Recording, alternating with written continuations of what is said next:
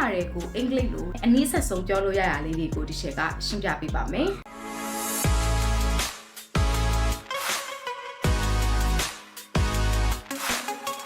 ဒီချေရိုအားနာတယ်ဆိုတော့မြန်မာစကားကပေါ့နော်မြန်မာလူမျိုးတွေရဲ့အလေးအကျင့်ကြောင့်ပေါ်ပေါက်လာတဲ့စကားလုံးအားနာတယ်ကိုအင်္ဂလိပ်လို direct definition မရှိပါဘူးဒါပေမဲ့အနည်းဆက်ဆုံးပြောလို့ရရလေးတွေကိုဒီချက်ကရှင်းပြပေးပါမယ်တော်တော်များများသိကြတာက afraid ကကြတော့ပြောရရင် adjective ကြောက်ရွံ့သောဆိုတဲ့အဓိပ္ပာယ် I'm afraid to say that ဆိုပြီးတော့နောက်မှာကိုပြောချင်တဲ့အကြောင်းအရာပေါ့နော်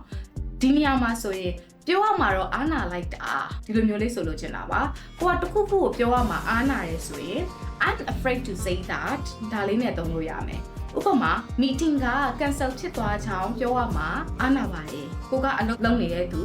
meeting တစ်ခုတက်ရမယ်ဒါပေမဲ့တစ်ဖက်ကနေအကြောင်းမျိုးစုံကြောင့်ပေါ့နော် meeting ပြတ်သွားတယ်အဲ့ကကြရင်သူတို့ကပြောရမှာတော့အားနာပါတယ် meeting လေး cancel ဖြစ်သွားလို့ပါဒီလိုမျိုးပြောချင်တယ်ဆိုရင် I'm afraid to say that today's meeting is cancelledဒါကျက်နောက်မှာကိုပြောချင်တဲ့အကြောင်းအရာလေးကိုထည့်ပါနောက်တစ်ခုက verb က hesitate ကကြတော့မဝင့်မရဲဖြစ်သည်အရှက်သည်ဆိုတဲ့အဓိပ္ပာယ်တခုခုပြောရမှာပြောမထွက်တာအားနာတာဆိုလိုချင်တာကအတူတူပဲ I hesitate to call you because mostly you're busy I hesitate to call you because mostly you're busyငါမင်းကိုဖုန်းခေါ်ရမှာအားနာတယ်ဘာဖြစ်လို့လဲဆိုတော့များသောအားဖြင့်မင်းကအလုပ်ရှုပ်နေတယ်လို့ပါဆိုတော့တခုခုလုပ်ရမှာအားနာတယ်ဆိုရင် hesitate ဒါနဲ့သုံးတယ်တို့အငင်းလေးလေ့လာကြည့်ကြရအောင်ဥပမာကျမကိုဖုန်းခေါ်ဖို့အားမနာပါနဲ့ Don't hesitate to call me ကျမကိုဖုန်းဆက်ဖို့အားမနာပါနဲ့ Don't hesitate to call me Don't hesitate to ask me anything you want Don't hesitate to ask me anything you want